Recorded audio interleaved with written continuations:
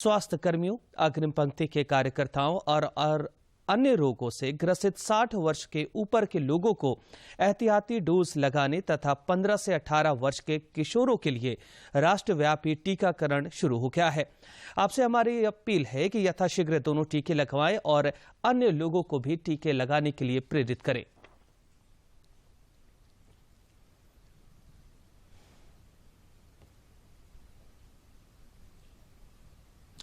और अब समाचार विस्तार से। राष्ट्र आज नेताजी सुभाष चंद्र बोस की जयंती पराक्रम दिवस के रूप में मना रहा है। प्रधानमंत्री नरेंद्र मोदी आज शाम नई दिल्ली में इंडिया गेट पर नेताजी की होलोग्राम प्रतिमा का अनावरण करेंगे। इंडिया गेट पर नेताजी सुभाष चंद्र बोस की प्रकाश प्रतिमा होलोग्राम का अनावरण करेंगे। नेताजी की 125वीं जयंती पर वर्ष भर चलने वाले कार्यक्रमों का भी आयोजन किया गया है। सरकार ने इंडिया गेट पर नेताजी सुभाष चंद्र बोस की भव्य प्रतिमा स्थापित करने का फैसला किया है। ग्रेनाइट से बनी यह प्रतिमा स्वतंत्रता संग्राम में नेताजी के महान योगदान के प्रति कृतज्ञ राष्ट्र की श्रद्धांजलि होगी। प्रतिमा का काम पूरा होने तक उसी स्थान पर नेताजी की होलोग्राम प्रतिमा प्रदर्शित की जाएगी। होलोग्राम प्रकाश प्रतिमा को 30,000 लुमेन 4 के प्रोजेक्टर से संचालित किया जाएगा। होलोग्राम प्रतिमा 28 फीट ऊंची और 6 फीट चौड़ी है। इस कार्यक्रम के दौरान प्रधानमंत्री वर्ष 2019, 2020, 2021 और 2022 के लिए सुभाष चंद्र बोस आपदा प्रबंधन पुरस्कार भी प्रदान करेंगे। समारोह में कुल 7 पुरस्कार प्रदान किए जाएंगे। राष्ट्रपति रामनाथ कोविंद, उपराष्ट्रपति एम वेंकैया नायडू और प्रधानमंत्री नरेंद्र मोदी ने नेताजी सुभाष चंद्र बोस की जयंती पर उन्हें नमन किया है। राष्ट्रपति ने कहा कि स्वतंत्र भारत की प्रतिबद्धता पूरा करने के लिए नेताजी ने जो साहसिक कदम उठाए वे उन्हें पूरे राष्ट्र का आदर्श बनाते हैं। उनके आदर्श और त्याग हर भारतवासी को सदैव प्रेरित करते रहेंगे। उपराष्ट्रपति एम वेंकैया नायडू ने भी नेताजी को उनकी जयंती पर याद किया। ट्वीट के माध्यम से उन्होंने कहा कि भारत में राष्ट्रवाद ने ऐसी शक्ति का संचार किया है जो सदियों से लोगों में सोई पड़ी थी। नेताजी सुभाष चंद्र बोस की 125वीं जयंती पर राष्ट्र नायक की पावन स्मृति को सादर नमन करता हूं। नेताजी की जयंती को राष्ट्र पराक्रम दिवस के रूप में याद करता है। प्रधानमंत्री ने ट्वीट के जरिए सभी देशवासियों को पराक्रम दिवस की ढेरों शुभकामनाएं दी। पीएम मोदी ने नेताजी सुभाष चंद्र बोस की 125वीं जयंती पर उन्हें आदरपूर्ण श्रद्धांजलि दी। देश में लगातार बढ़ रहे स्टार्टअप अगली डिजिटल क्रांति को आकार दे रहे हैं। देश में पिछले साल 2250 से अधिक टैग स्टार्टअप शुरू हुए, जो 2020 से 600 ज्यादा हैं। इस दौरान इन स्टार्टअप ने 24.1 अरब जुटाए। अगली डिजिटल क्रांति को आकार दे रहे हैं। देश में पिछले साल 2250 से अधिक टेक स्टार्टअप शुरू हुए, जो 2020 से 600 ज्यादा हैं। इस दौरान इन स्टार्टअप ने 24.1 अरब डॉलर जुटाए। नैस्कॉम की शुक्रवार को जारी रिपोर्ट के मुताबिक पिछले दशक में स्टार्टअप ने 40.7 लाख रोजगार दिए।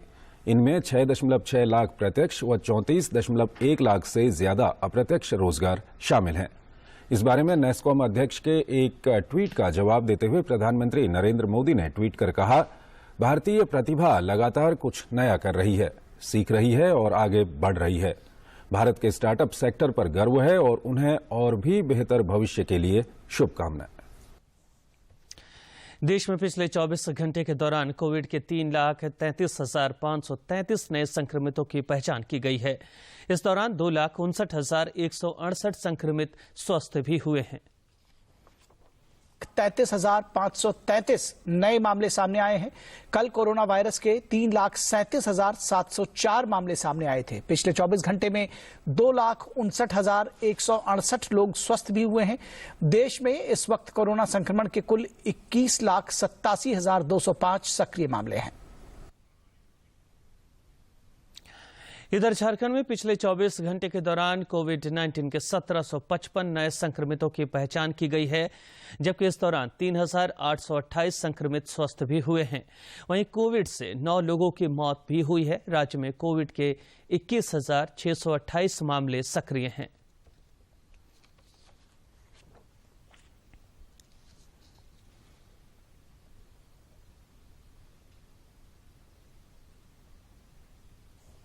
देश में कोविड के खिलाफ जारी जंग में टीकाकरण अभियान तेज गति से चल रहा है।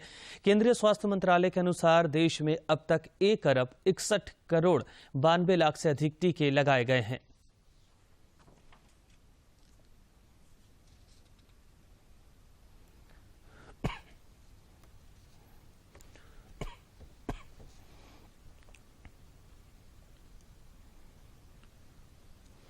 पूर्वी सिंहभूम जिले में 15 से 18 वर्ष आयु वर्ग के वैक्सीनेशन में अभिभावकों के हिचकिचाहट के कारण टीका अभियान की प्रगति संतोषजनक नहीं है।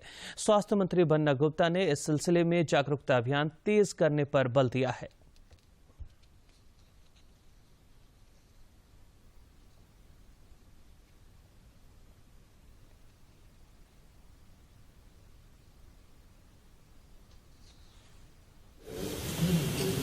वेरीफाई करवा के ना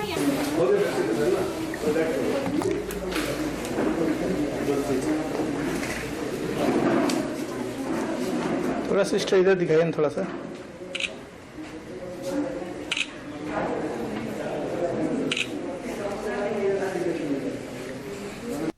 %50 को तो लग ही गया होगा। बहुत सारे स्कूल में मतलब सारे बच्चे नहीं आते हैं। जैसे अभी स्टार्ट हुआ है तो शायद डर की वजह से कि मतलब जैसे कि पहले कोई ले उसको यहाँ देख के फिर लें, होता है ना, जैसे पहले भी हुआ था बड़ों का, तो बहुत सारे डेथ कर गए थे। तो अभी तो स्कूल बंद भी हैं, लेकिन इसके बावजूद भी हम लोग वैकल्पिक व्यवस्था चलाकर 15 से 18 वर्ष के बच्चों को वैक्सीनेट करने की दिशा में काम कर रहे हैं।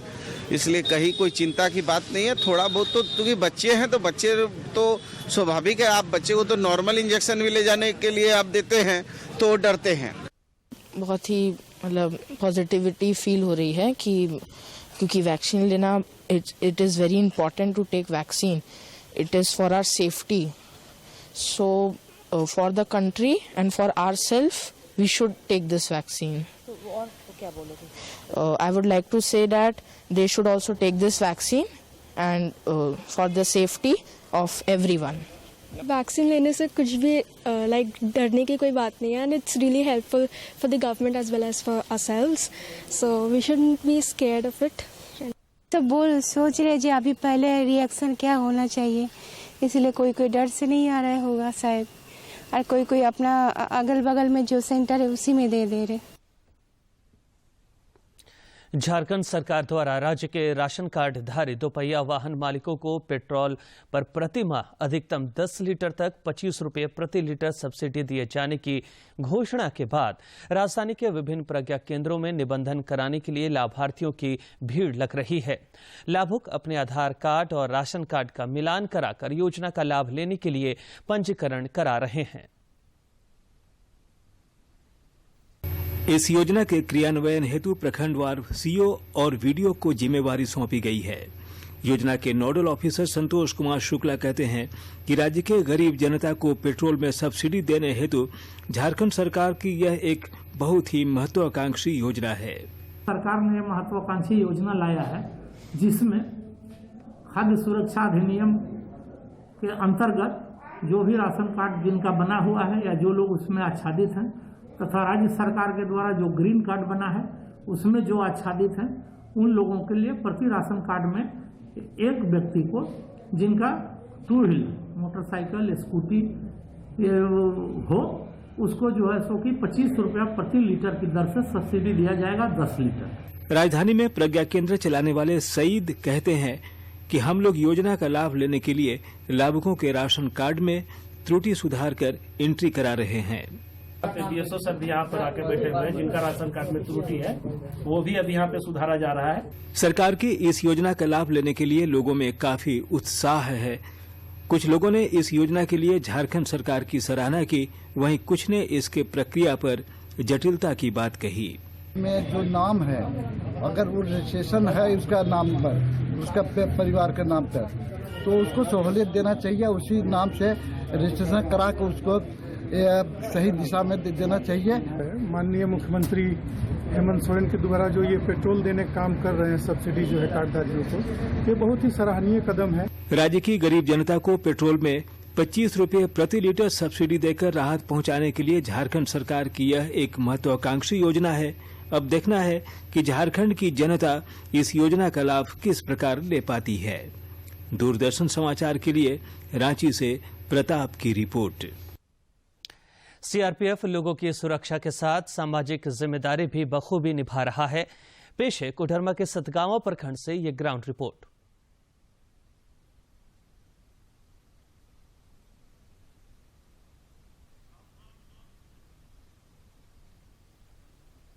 कोडरमा के सतगावा प्रखंड के उग्रवाद प्रभावित कोठियार पंचायत के दनैया गांव में सीआरपीएफ की ओर से सिविक एक्शन प्लान के तहत लोगों के बीच साड़ी, धोती, कंबल और मच्छरदानी का वितरण किया गया।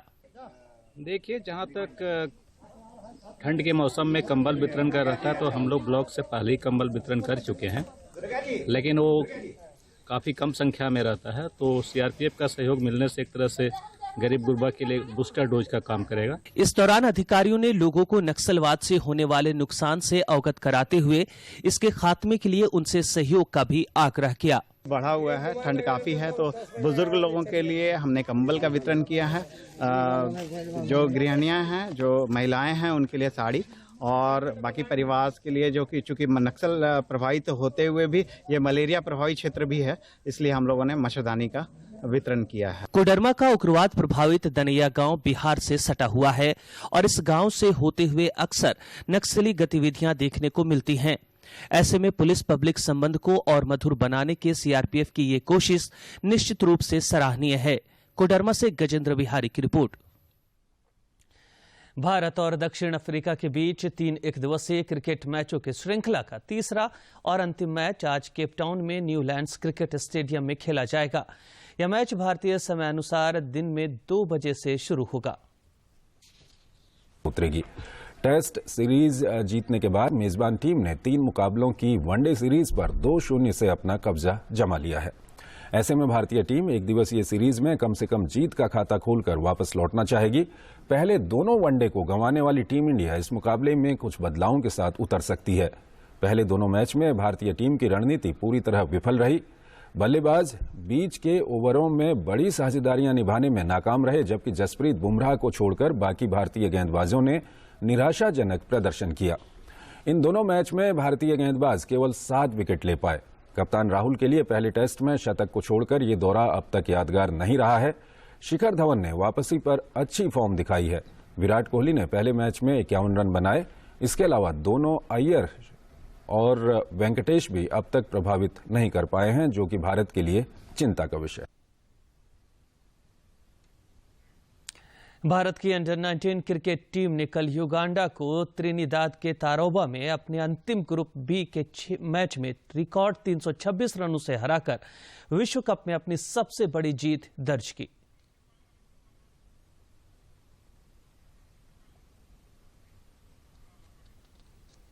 में लगातार तीसरी जीत है और वो अब ग्रुप बी में शीर्ष पर रहते हुए क्वार्टर फाइनल में पहुंच चुकी है। टॉस हारकर पहले बल्लेबाजी करने उतरी भारतीय टीम ने 50 ओवर में 5 विकेट खोकर 405 रन का विशाल स्कोर खड़ा किया। भारत की तरफ से राज बावा ने 162 रन की नाबाद पारी खेली, तो वहीं अंकृश रघुवंशी ने 144 रन बनाए। भारत के लक्ष्य का पीछा करने उतरी युगांडा की टीम पहले ही ओवर से विकेट गंवाती चली गई और देखते देखते पूरी टीम 19 ओवर 4 गेंदों में 79 रन पर सिमट गई। राजधानी रांची समेत राज्य के कई इलाकों में आज सवेरे से ही हल्के से मध्यम दर्जे की बारिश हो रही है। मौसम विभाग ने अपने पूर्वानुमान में सिमडेगा, पश्चिमी सिंहभूम, पूर्वी सिंहभूम और सरायकेला खरसावां जिले को छोड़ सभी जिलों में बारिश और ओलावृष्टि की संभावना जताई है। विभाग के अनुसार 26 जनवरी से मौसम साफ होने की संभावना है।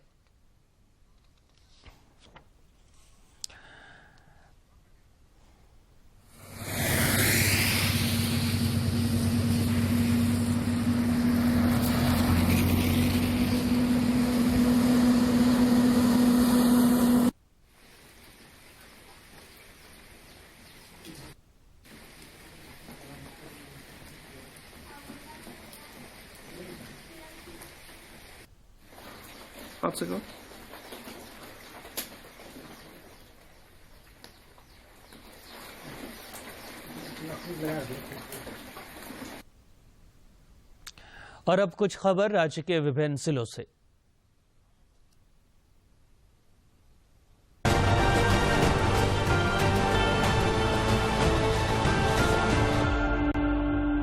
आकांक्षी जिलों में विकास कार्यक्रम की प्रगति की समीक्षा के दौरान प्रधानमंत्री नरेंद्र मोदी ने सिमडेगा के उपायुक्त से बात की। प्रधानमंत्री नरेंद्र मोदी ने देश के 112 आकांक्षी जिलों में विकास कार्यक्रम की प्रगति की समीक्षा की। इस कार्यक्रम में रांची, बोकारो और पाकुड़ उपायुक्त भी जुड़े। कोडरमा में टीकाकरण महाअभियान जिले के विभिन्न विद्यालयों, कॉलेजों व अन्य शैक्षणिक संस्थानों में विशेष शिविर का आयोजन कर 15 से 18 वर्ष के किशोर एवं किशोरियों का वैक्सीनेशन किया जा रहा है। इस क्रम में लगभग 2500 बच्चों का टीकाकरण किया गया। हजारीबाग में कोरोना से हर मोर्चे पर लड़ाई जारी है। इस सिलसिले में जिले में लगभग 1150 मेडिकल कैंप लगाए जा चुके हैं। इनमें 1 लाख से अधिक लोगों का वैक्सीनेशन व मेडिकल जांच कर दवाइयां उपलब्ध करवाई गई हैं। इस बात की जानकारी सांसद जयंत सिन्हा ने साझा की। पलामू के जिला निर्वाचन पदाधिकारी सह उपायुक्त आगामी 25 जनवरी को मतदाता दिवस के अवसर पर फेसबुक पेज पर लाइव रहेंगे। राष्ट्रीय मतदाता दिवस के अवसर पर इस दौरान जिले के मतदाताओं को ऑनलाइन शपथ दिलाई जाएगी। रांची के सांसद संजय सेठ ने उरमांझी में सांसद आदर्श ग्राम के तहत चयनित गुड़गाय, जयडीहा, गणेशपुर, बरतुआ, पाहनटोली, शाहेर में ग्रामीणों के साथ संवाद किया। इस दौरान उन्होंने पर्याप्त प्रकाश व्यवस्था के लिए हाई मास्ट लाइट लगाने के लिए स्थल का निरीक्षण भी किया। पलामू पुलिस को एक अपहरण कांड के 3 आरोपियों को गिरफ्तार करने में सफलता मिली है। शहर थाना क्षेत्र निवासी एक व्यक्ति की कार को अपहरण की नियत से अपराधियों ने बुक कर जंगल में ले जाकर परिजनों से 5 लाख फिरौती की मांग की थी। विधायक दिनेश विलियम मरांडी ने दुमका जिले के गोपीकांदर प्रखंड में बड़ा पाथर से खरौनी तक ग्राम अभियंत्रण संगठन की सड़क की आधारशिला रखी। करीब 73 लाख की लागत से बन रही यह सड़क 8 पंचायतों को जोड़ेगी तथा इससे गोपीकांदर और पाकुड़ जिले के पाकुड़िया प्रखंड के बीच आवागमन सुगम होगा। धनबाद में पिछले 24 घंटे के दौरान कोरोना का इलाज करा रहे 60 संक्रमित स्वस्थ हुए। जिला प्रशासन द्वारा अस्पताल से उन्हें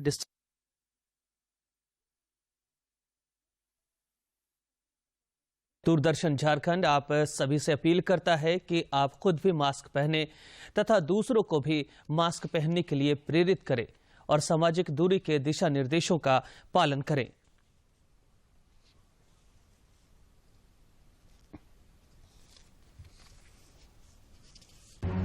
जिसका कहर संपूर्ण मानव जाति को अपनी आगोश में ले चुका है।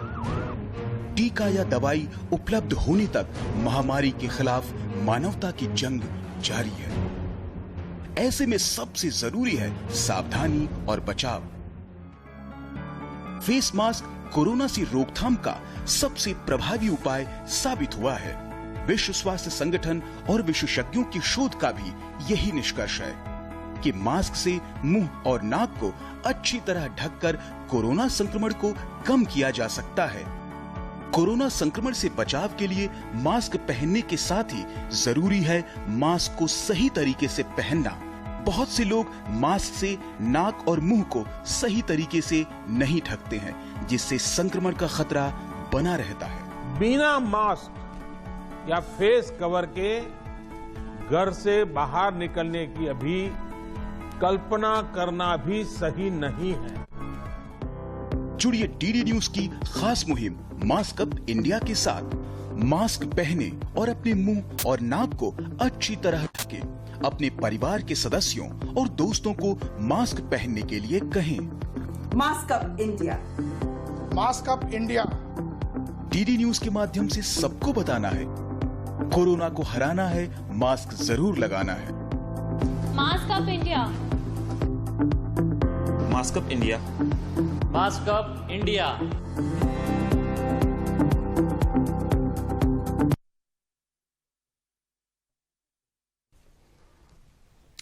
दूरदर्शन झारखंड पर पल पल के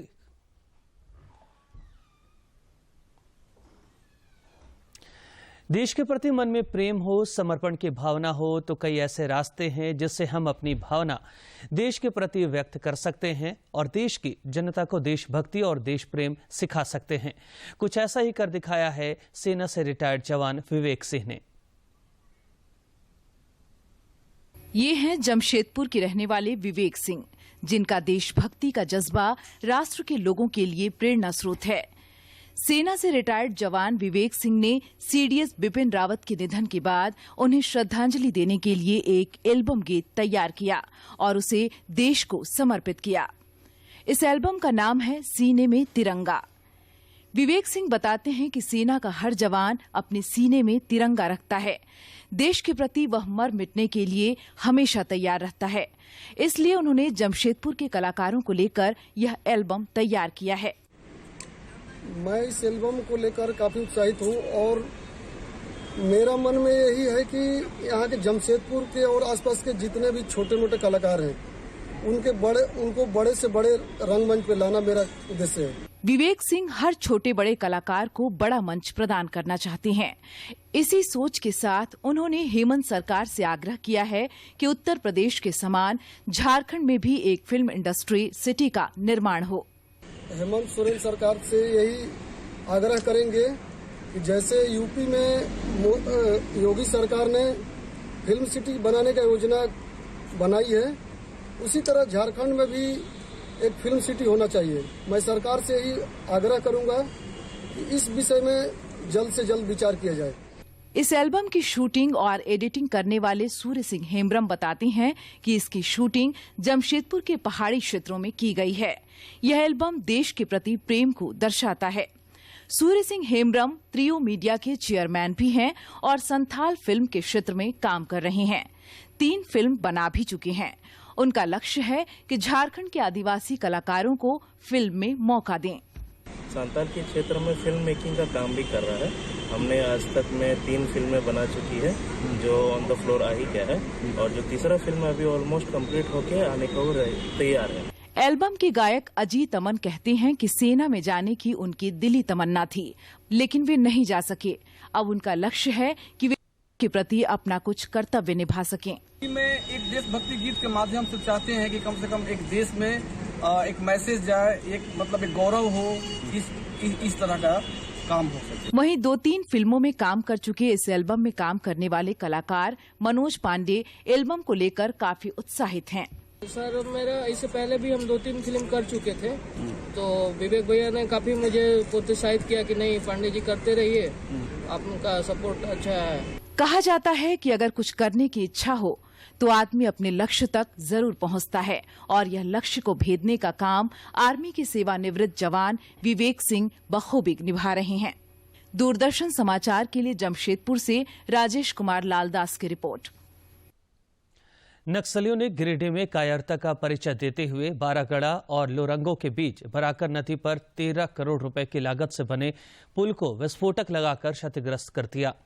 नक्सलियों ने कल भी 2 मोबाइल टावर को क्षतिग्रस्त कर दिया था। नक्सलियों की धरपकड़ के लिए पुलिस ने अभियान तेज कर दिया है।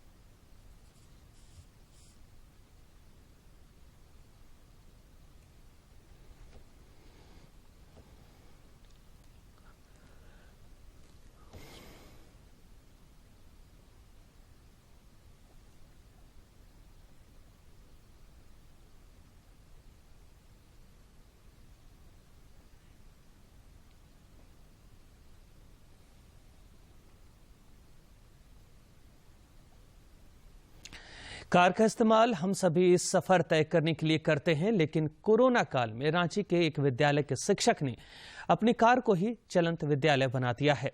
लॉकडाउन होने की वजह से बच्चे स्कूल नहीं जा सकते हैं, इसलिए शिक्षक ने गांव मोहल्ले में जाकर अपनी चलंत विद्यालय शुरू कर दी है।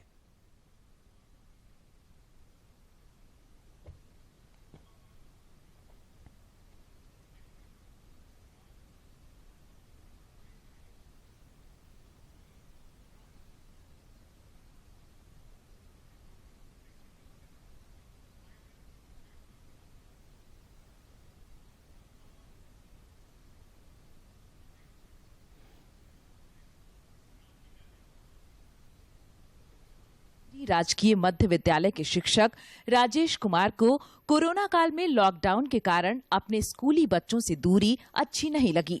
इसलिए राजेश कुमार अपनी कार में ब्लैक बोर्ड, चटाई, सैनिटाइजर, मास्क और कॉपी किताब लेकर हर दिन बच्चों के गांव मोहल्लों में पढ़ाने के लिए चल पड़ते हैं। वह हर दिन सुबह 9 बजे से लेकर 12:30 बजे तक बच्चों की नियमित क्लास लगाते हैं। जब हम इसको शुरू किए तो शुरू में कुछ कम बच्चे आ रहे थे, लेकिन अब इसका रुझान ऐसा हो गया, पढ़ाई एक सतत प्रक्रिया है, कंटिन्यूअस प्रोसेस है। तो जब हम इसको रेगुलर नहीं पढ़ाएंगे, आज कुछ पढ़ाए, कल कुछ पढ़ाए, परसों कुछ पढ़ाए, तो उससे बच्चों को फायदा नहीं होगा। इसलिए हमने इसको सतत प्रक्रिया में इसको लाया और कंटिन्यूअस प्रोसेस को जारी रखा, जिससे हमारे बच्चे बहुत ही लाभान्वित हुए हैं। राजेश कुमार गांव के बच्चों को सिर्फ किताबी ज्ञान ही नहीं देते, बल्कि किशोरावस्था में होने वाले भटकाव से भी बचाने की कोशिश करते हैं। इनका मानना है कि पढ़ाई लिखाई में भी निरंतरता बनी रहे तो श्रम, मानव तस्करी और बाल अपराध पर भी रोक लगाई जा सकती है। और ग्रामीण क्षेत्र में जो है, कम उम्र में जो बच्चों की शादी कर दी जाती है 8 क्लास में, 9 क्लास में, उससे बच्चियों का भविष्य जो है आगे शारीरिक रूप से या अन्य तरह की बहुत सारी उनको नुकसान होता है, उससे उनको बचा सके, बाल मजदूरी से बचा सके, ह्यूमन ट्रैफिकिंग से बचा सके। बाहर बहुत सारी बच्चियों को बाहर काम उम करने के लिए ले जाते हैं। अगर वो पढ़ाई से जुड़े रहेंगे तो उनका भविष्य सुरक्षित रहेगा। पेड़ के नीचे चबूतरे पर पढ़ाई कर रहे गांव के इन बच्चों में प्रतिभा की कोई कमी नहीं है, जरूरत है इन्हें निखारने की। 7वीं और 8वीं कक्षा में पढ़ाई कर रहे बच्चे बड़े अधिकारी बनकर देश की सेवा करने की चाहत रखते हैं। मैथ मेरा फेवरेट सब्जेक्ट है और राजेश सर पढ़ाते हैं मैथ, और सुलेंदर सर भी आते हैं तो पढ़ाते हैं वो जीके, और कभी कभी सभी टीचर पढ़ाते हैं हम लोग को। और राजेश सर अपना गाड़ी में मार्क्स, सैनिटाइजर, दरी, ब्लैक बोर्ड, व्हाइट बोर्ड सब कुछ रखते हैं सर, और हमें उसी से पढ़ाते हैं। मैं बड़ी होकर एक बड़ा अफसर बनना चाहती हूँ, और लॉकडाउन के कारण अभी चाहता है कि शिक्षक उस दिए की भांति होता है जो खुद जलकर दूसरों को रोशनी प्रदान करता है। तेतरी राजकीयकृत मध्य विद्यालय के शिक्षक राजेश कुमार ने भी अपनी सूझबूझ का परिचय देते हुए उन बच्चों की पढ़ाई को जारी रखा है जिनके पास स्मार्टफोन नहीं है और वह ऑनलाइन क्लास नहीं कर सकते। दूरदर्शन समाचार के लिए रांची से कर्मवीर की रिपोर्ट। और अंत में मुख्य समाचार। प्रधानमंत्री ने पराक्रम दिवस पर देशवासियों को दी शुभकामनाएं। सुभाष चंद्र बोस आपदा प्रबंधन पुरस्कार करेंगे प्रदान। नेताजी की होलोग्राम प्रतिमा का आज होगा अनावरण।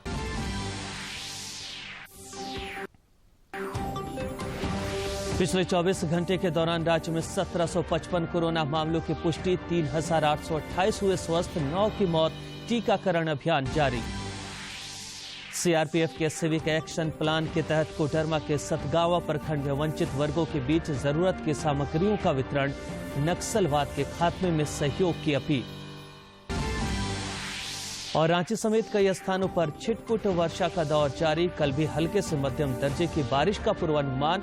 ठंड में और हो सकता है इजाफा।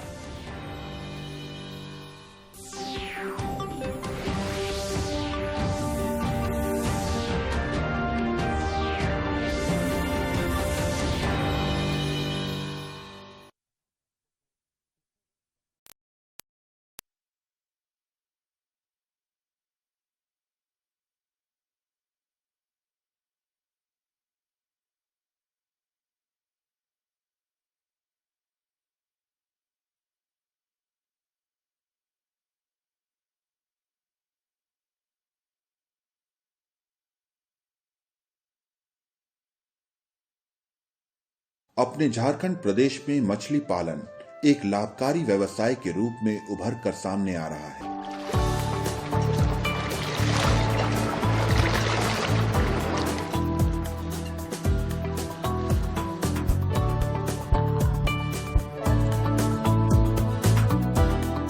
एक वक्त था जब झारखंड में मात्र 14,000 टन ही मछली का उत्पादन होता था, लेकिन किसानों की मेहनत और सरकार की योजनाओं की बदौलत आज यहां लगभग 2,23,000 मीट्रिक टन मछली का उत्पादन हो रहा है।